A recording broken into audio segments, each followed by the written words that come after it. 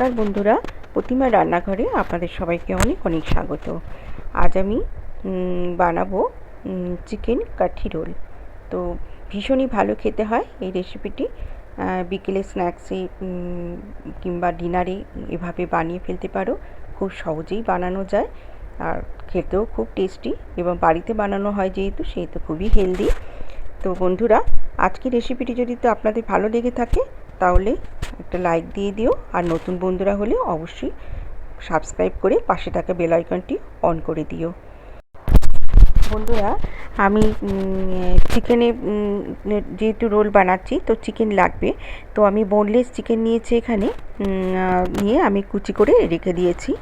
আর এখানে আমি চিকেনের পুরটা প্রথমে বানিয়ে নেব, তো আমি স্কিপ করে গেছি, তো বলে দিচ্ছি।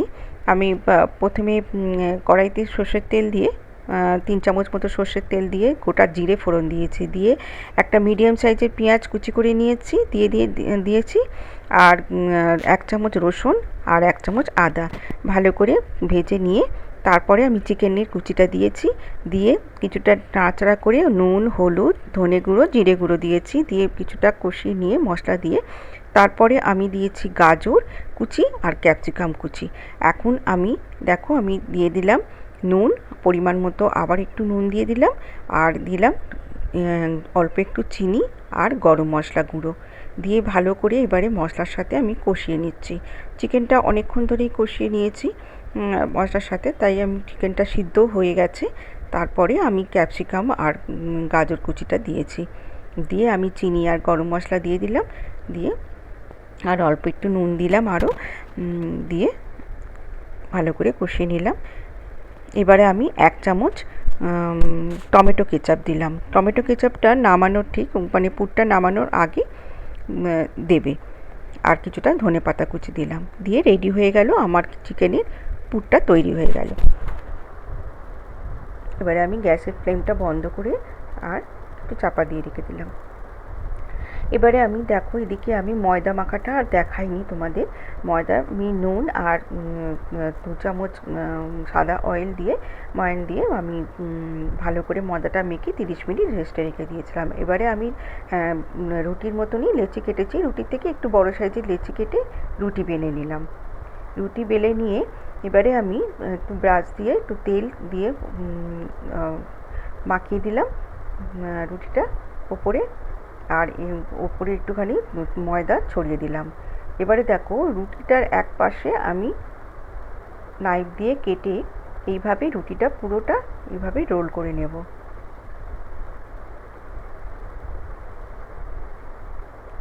এতে কী হবে, রুটিটা খুব সুন্দর একটা লেয়ার পড়বে।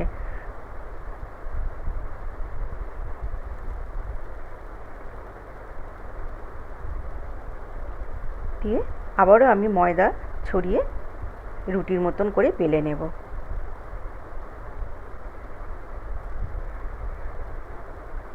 অল্প অল্প করে ময়দা ছড়িয়ে আমি বেলে নেব।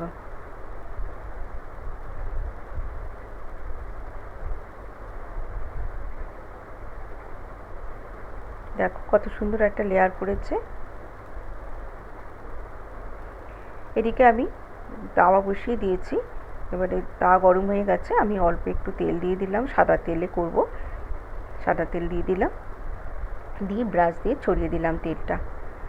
এবারে আমি রুটিটা দিয়ে দিলাম।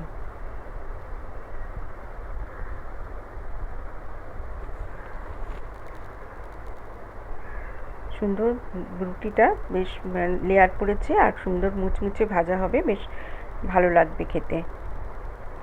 এবারে আমি 1-3টে ডিম নুন আর গোলমরিচ গুঁড়ো দিয়ে ভালো করে ফেটিয়ে রেখেছিলাম। আমি তোমাদের প্রথমে দেখিয়েছিলাম তাওয়ার উপরে আমি ডিমটা দিয়ে তার উপরে রুটিটা দিয়েছিলাম।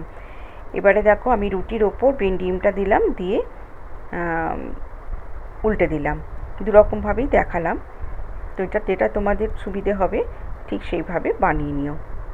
তাওয়ার ওপর ডিমটা দিয়ে তার উপরে রুটিটা দিয়ে দিতে পারো, আবার রুটির ওপর ডিমটা দিয়েও উল্টে দিতে পারো। এইভাবে একটা হয়ে গেল, আমি তোমাদের আর একটা করে দেখাচ্ছি।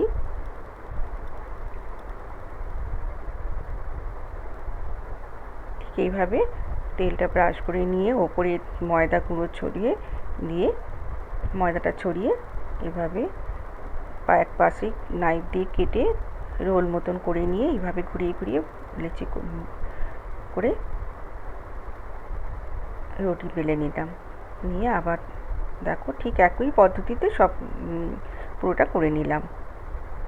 যেভাবে আগেরটা করেছি আমি আর একবার দেখিয়ে দিলাম তোমাদের।